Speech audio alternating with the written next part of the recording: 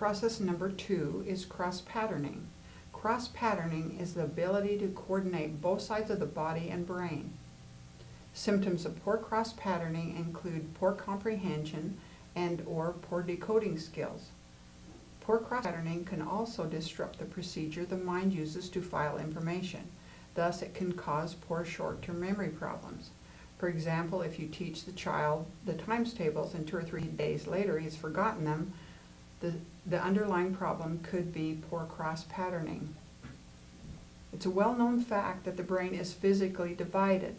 The left brain principally processes language, mathematics, logical thought, etc., while the right brain deals primarily with music, visual impressions, pictures, spatial patterns, and so forth.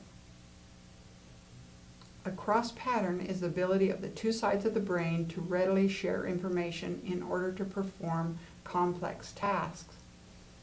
For example, when we read, the left brain is usually responsible for decoding words, while the right brain is responsible for putting these words together into a thought or mental picture to help us comprehend what we are reading. If a student has poor cross-patterning, he may be able to decode the words of the text but not comprehend meaning, or he may have poor decoding skills but good comprehension. In other words, the left and right hemispheres of his brain are not working effectively together. Thus, it is difficult for him to both decode words and comprehend meaning simultaneously.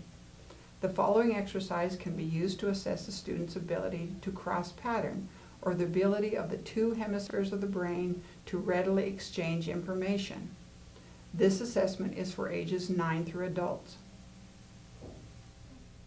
Ask the student to march in place using opposite hand and foot. While the student is marching, ask questions that require some thought. The exercise would look like this.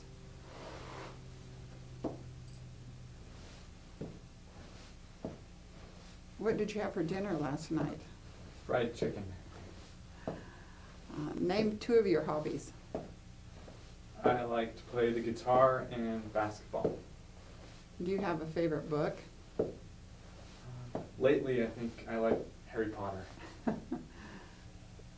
A break in the rhythm of the march, or pauses and hesitations during the march when answering questions, is an indication of poor cross-patterning. The student should be able to easily march in place in a cross pattern while answering 3 or 4 questions without stopping or hesitating during the march.